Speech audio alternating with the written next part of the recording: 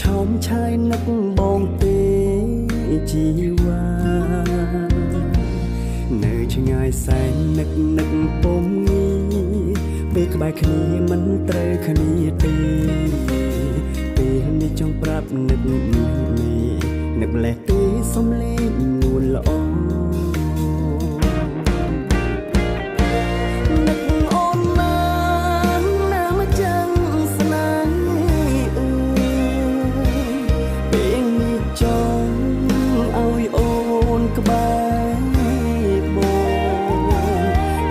ចិត្តនេះ